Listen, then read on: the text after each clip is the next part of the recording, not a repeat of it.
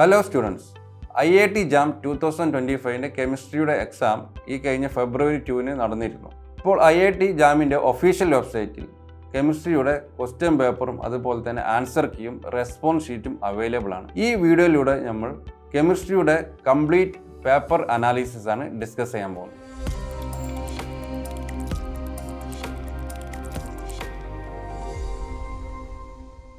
So okay guys, അപ്പോൾ question പേപ്പറിൻ്റെ total mark distribution എങ്ങനെയാണെന്ന് നോക്കാം. ടോപ്പിക് വൈസ് ഇനോർഗാനിക് കെമിസ്ട്രി നോക്കൂ, 27 മാർക്കിന് ക്വസ്റ്റ്യൻ ചോദിച്ചിട്ടുണ്ട്.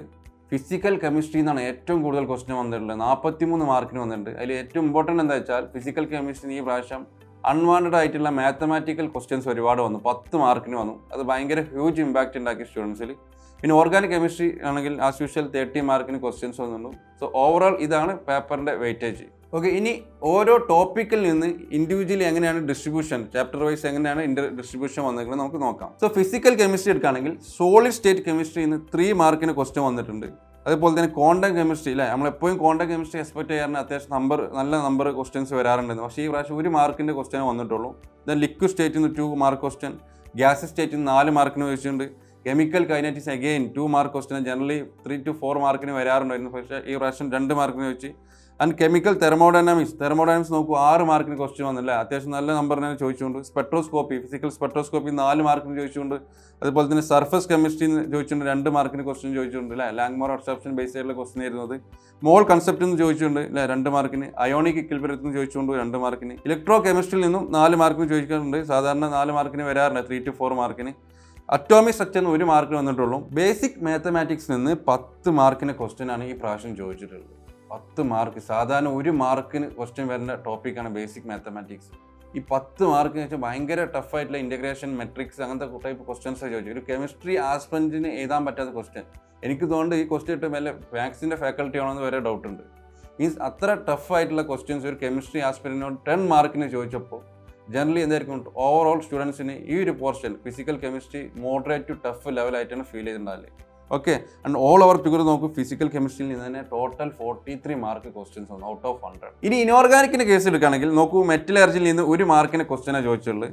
കോർഡിനേഷൻ കെമിസ്ട്രിൻ്റെ കേസ് എടുക്കുകയാണെങ്കിൽ 9 മാർക്കിന് ക്വസ്റ്റ്യനാണ് ഈ പ്രാവശ്യം വന്ന്. സാധാരണ 10 to 12 അല്ലെങ്കിൽ 10 to 13 മാർക്കിന് ക്വസ്റ്റ്യൻസ് വരെ വരാറുണ്ട്. മെയിൻ ഗ്രൂപ്പ് എലംസിൻ്റെ കേസ് എടുക്കുകയാണെങ്കിൽ 3 മാർക്കിന് ക്വസ്റ്റ്യൻ വന്നിട്ടുണ്ട്. ബയോ ഇനോർഗാനിക്ക് 4 മാർക്ക് വന്നിട്ടുണ്ട്. അതൊക്കെ ഡയറക്റ്റ് ക്വസ്റ്റ്യൻ ആയിരുന്നു ബയോ ഇനോർഗാനിക്കിന് വന്നിട്ടുള്ളത്.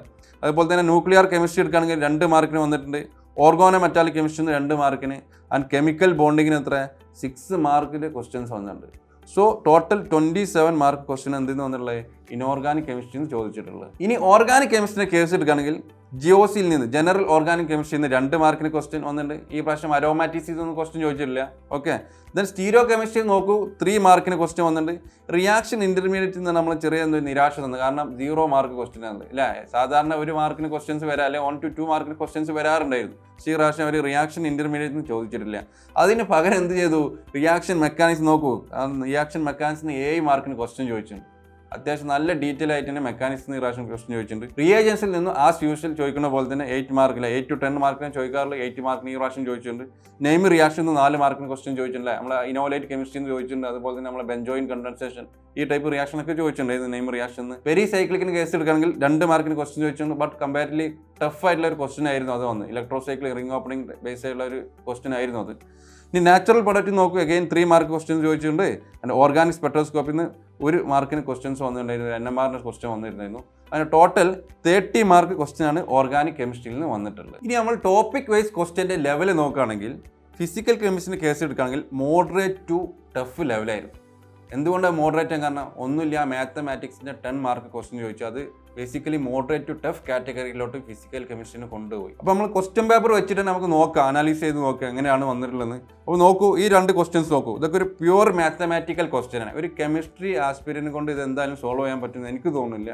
ഓക്കെ, സോ ഇതൊക്കെ നമുക്കൊരു ടഫ് കാറ്റഗറിയിൽ ഇൻക്ലൂഡ് ചെയ്യാൻ പറ്റിയ ക്വസ്റ്റ്യൻസ് ആണ്. അതുപോലെ തന്നെ ഈ ഒരു ക്വസ്റ്റ്യൻ നോക്കൂ, ഗിഫ്റ്റ് ഫ്രീ എനർജിൻ്റെ കാൽക്കുലേഷൻ ബേസ് ആയിട്ടുള്ള ക്വസ്റ്റ്യൻ അല്ലേ. ഇതൊക്കെ ഒരു മോഡറേറ്റ് കാറ്റഗറിയിൽ നമുക്ക് ആണെങ്കിൽ ഇതിനെ ഇൻക്ലൂഡ് ചെയ്യാം അല്ലേ. ഇനി ഇനോർഗാനിക് കെമിസ്ട്രിയുടെ കേസ് എടുക്കുകയാണെങ്കിൽ കമ്പാരിറ്റീവ്ലി ഈസി ക്വസ്റ്റ്യൻസ് ആണ് ചോദിച്ചിട്ടുള്ളത്.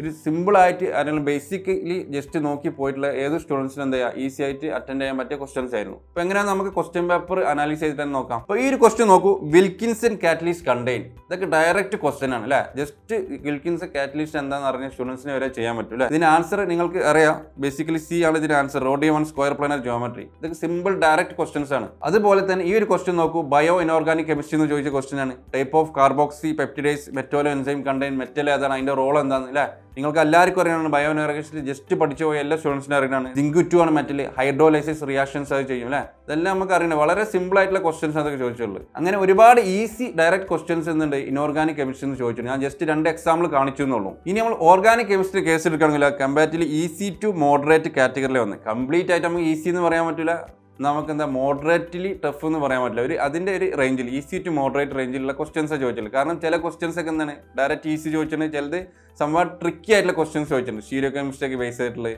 അതുകൊണ്ട് നമുക്ക് ഈസി ടു മോഡറേറ്റ് കാറ്റഗറിയിലെ ഞാൻ ഇതിന് എന്തായുള്ളൂ ഇൻക്ലൂഡ് ചെയ്യുള്ളൂ. അപ്പോൾ എങ്ങനെയാണെന്ന് ജസ്റ്റ് ഞാൻ പേപ്പർ അനാലിസ് ചെയ്തിട്ട് ഞാൻ പറഞ്ഞുതരാം എങ്ങനെയാണ് ഈസി ആണോ മോഡറേറ്റ് ആണെന്നുള്ളത്. അപ്പോൾ ഈ ഒരു ക്വസ്റ്റ്യൻ നോക്കൂ, റിയാക്ഷൻ മെക്കാനിസം എന്ന ചാപ്റ്ററിൽ ചോദിച്ച ക്വസ്റ്റ്യൻ ആണ് അല്ലേ. ഇലക്ട്രോഫിലിക് സബ്സ്റ്റിറ്റ്യൂഷൻ റിയാക്ഷൻ, അതായത് നൈട്രേഷൻ റിയാക്ഷൻ്റെ റിയാക്ടിവിറ്റി ഓർഡർ ചോദിച്ചിട്ടുണ്ട്. ഇതൊക്കെ നമ്മൾ ഒരുപാട് ഡിസ്കസ് ചെയ്ത ക്വസ്റ്റൻസുകളാണ്, വളരെ സിമ്പിൾ ഡയറക്റ്റ് ക്വസ്റ്റൻസ് ആണ്. അപ്പോൾ ഇതിനൊക്കെ ഞാൻ ഒരു ഈസി കാറ്റഗറി ഞാൻ ഈ ക്വസ്റ്റ്യനൊക്കെ ഇൻക്ലൂഡ് ചെയ്തോളൂ. അപ്പോൾ ഈ ഒരു ക്വസ്റ്റ്യൻ നോക്കൂ, again reaction mechanism elimination E2 elimination base ആയി ചോദിച്ചിട്ടുള്ള ക്വസ്റ്റ്യൻ ആണ്. ഇതൊക്കെ എന്താ ഈസി ക്വസ്റ്റ്യൻ ആണ്. ആൻഡ് ഓൾസോ ഈ ക്വസ്റ്റ്യൻ എന്താ പ്രീവിയസ് ഇയർ നെറ്റിനും ചോദിച്ചിട്ടുണ്ട്, ഇതേ ക്വസ്റ്റ്യൻ സെയിം ക്വസ്റ്റ്യൻ നെറ്റിനും ചോദിച്ചിട്ടുണ്ട്. അപ്പോൾ ഈ ക്വസ്റ്റ്യന് ഞാനൊരു ഈസി കാറ്റഗറിയിൽ ഇതിന് ഇൻക്ലൂഡ് ചെയ്യുള്ളൂ. അപ്പോൾ ഈ ഒരു ക്വസ്റ്റ്യൻ നോക്കും മക്കളെ, റിയേജൻസ് എന്ന് ചോദിച്ച ക്വസ്റ്റ്യൻ ആണ്. MCPB ലിഥി അലൂമിനിയം ഹൈഡ്രൈഡ് യൂസ് ചെയ്താൽ എന്താണ് റിയാക്ഷൻ നടക്കാന്നുള്ളത്. പക്ഷെ ഇതിന് ഞാൻ ഒരു മോഡറേറ്റ് കാറ്റഗറിയിൽ ഞാൻ ഇൻക്ലൂഡ് ചെയ്യും. കാരണം എന്താ വെച്ചാൽ ഇതിൽ സ്റ്റീരിയോ കെമിസ്ട്രിൻ്റെ ഒരു കൺസെപ്റ്റും കൂടി അവരെന്ത് ഇൻക്ലൂഡ് ചെയ്തിട്ടുണ്ട്. അപ്പോൾ ഒരു ഈസി ക്വസ്റ്റ്യൻ എന്ന് ഞാൻ പറയാൻ പറ്റില്ല, കാരണം റിയേജൻസിൻ്റെ ജോലി എന്താണെന്ന് നിങ്ങൾക്കറിയാം.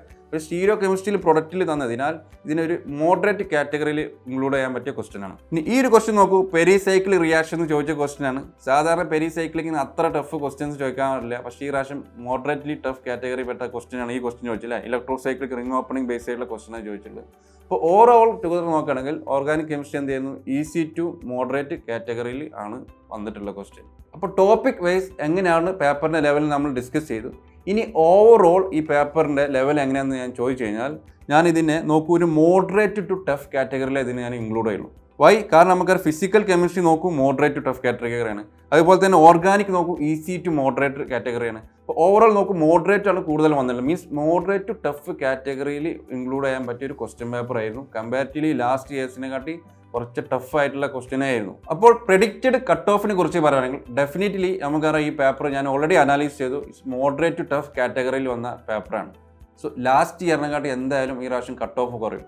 ലാസ്റ്റ് ഇയർ നോക്കുകയാണെങ്കിൽ നോക്കൂ 2024 25.38 മാർക്കിന് ചോദിച്ചിട്ടുണ്ട് ജനറലിൽ. ഈ പ്രാവശ്യം എന്തായാലും അതിനെക്കാട്ടി താഴെ വരുള്ളൂ. എൻ്റെ ഒരു അഭിപ്രായത്തിൽ മാർക്ക് കട്ട് ഓഫ് എന്തായാലും 22 മാർക്ക് അല്ല 20 മുതൽ 22 മാർക്കിൻ്റെ റേഞ്ചിൽ വരാനേ ചാൻസ് ഉള്ളൂ.